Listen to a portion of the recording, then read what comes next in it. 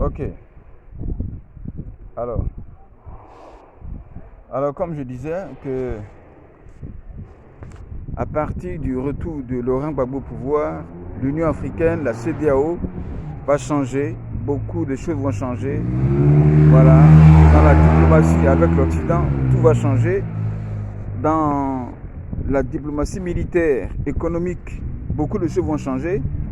Alors, voici comment ici l'Union européenne, voilà, fonctionne à travers ces plaques de voiture. Voilà.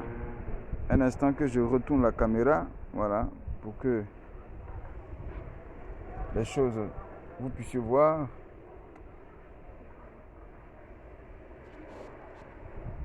Bon, que je retourne la caméra, que vous puissiez voir. Voilà. Donc, regardez ici. Voilà. Quand vous voyez ici, là, cette plaque, voilà. Cette plaque de voiture, voilà, ça, ce sont les plaques de voiture de l'Union européenne en France. Voilà, vous voyez là, il y a le petit F qui est là, voilà, le petit F qui est là, qui veut dire France, voilà. Donc, la petite plaquette bleue avec le symbole, les petites étoiles jaunes, qui est le symbole de l'Union européenne. Ça, c'est les plaques de voiture en France. Mais cette voiture, c'est une voiture de France, mais qui est garée ici en Italie. Et là, vous voyez ici, voilà, les plaques de voiture de l'Union européenne en Italie. Voilà. Quand vous voyez ça, là, pour l'Italie, il y a I avec la plaquette bleue. Voilà. Donc, c'est pour vous dire quoi? C'est pour vous dire que lorsque le président Laurent Gbagbo va venir au pouvoir, parce que c'est lui le seul président panafricain qui défend les intérêts de l'Afrique et pour lequel il est condamné et que par la grâce de Dieu, il est sorti de la prison. Donc le combat de la liberté continue et il doit achever ce mandat à partir de 2025 jusqu'en 2030. Donc quand il va venir au pouvoir, les plaques de voitures en Afrique vont changer. La même manière que je vous ai montré là, les plaques de voiture en Europe, voilà, pour l'Union européenne, la plaque est blanche et la partie gauche, si c'est France, ils ont mis petit F. Si c'est Italie, on met petit I avec le symbole des ronds des étoiles sur la plaque. Maintenant, pour l'Afrique, les plaques africaines par rapport à l'Union africaine, ce sera comme ils veulent, s'ils veulent, des plaques blanches, mais sur le côté gauche, ce sera tout vert. La partie vert, voilà, la partie vert. Voilà.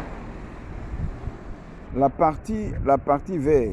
Voilà. Ici vous voyez la partie, vous voyez là la partie bleue, là, la partie bleue là, Italie. Pour l'Afrique, ça sera la partie vert. Si c'est la Côte d'Ivoire, voilà, ça sera un petit CI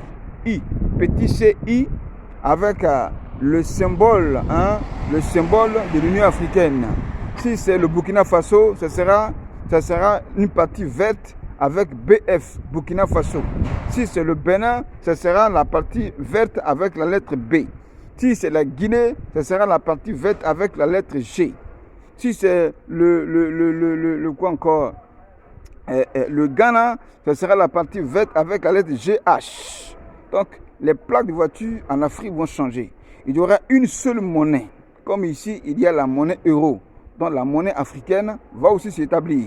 Qui va créer les transactions, voilà, les transactions d'affaires financières. En effet, ça va ouvrir beaucoup de portes aux Africains. Ils n'auront même pas le temps de quitter l'Afrique et de venir ici en Europe.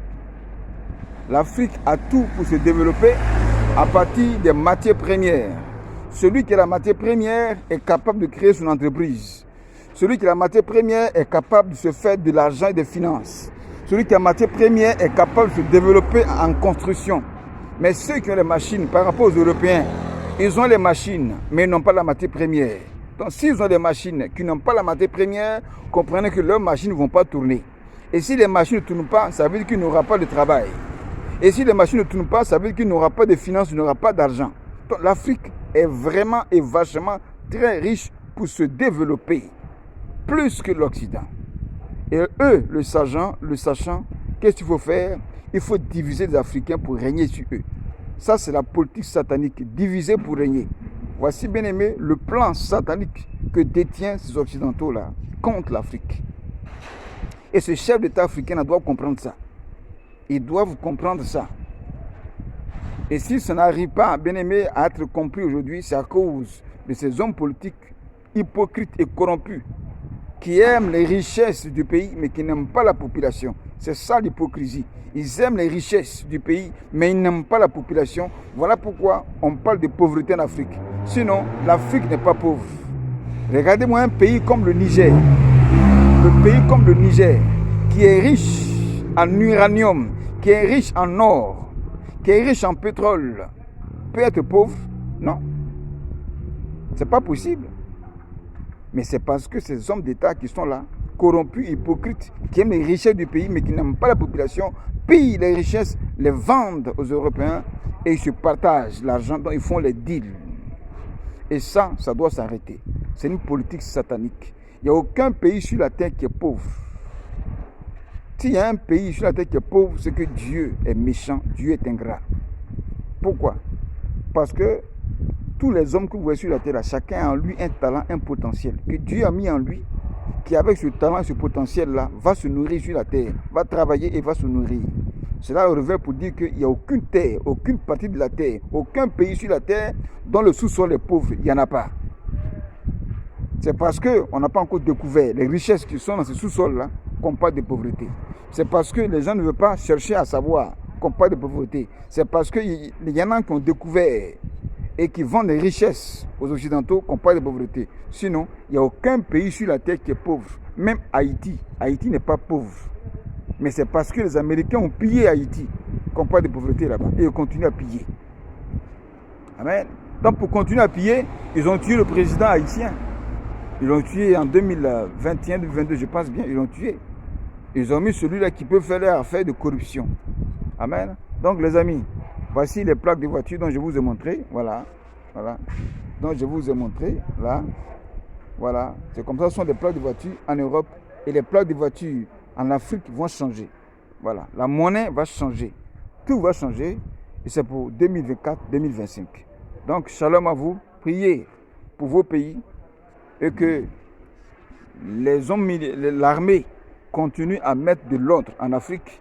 Parce que ce n'est pas les hommes politiques qui vont chasser la France, ni qui vont arrêter cette France-Afrique. Ce sont les militaires, les vrais militaires patriotes. À l'image de Ibrahim Traoré du Burkina Faso, à l'image de Assimi Goïta du Mali, voilà, à l'image de celui de la Guinée. Voilà, ce sont ces hommes militaires patriotes qui vont chasser la France de l'Afrique et qui vont arrêter la France-Afrique. Ce n'est pas les hommes politiques.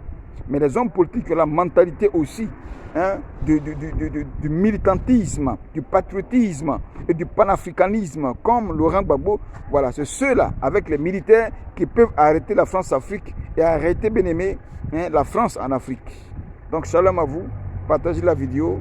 La politique, elle n'est pas des hommes, elle est de Dieu. Ça veut dire que si tu es chrétien, tu dois prier pour ton pays, tu dois te battre aussi pour être un homme politique dans ton pays. Parce que c'est parce que les chrétiens ont fui la politique que le diable s'est accaparé la politique pour faire souffrir l'humanité. Amen. Dieu est roi en Jésus-Christ.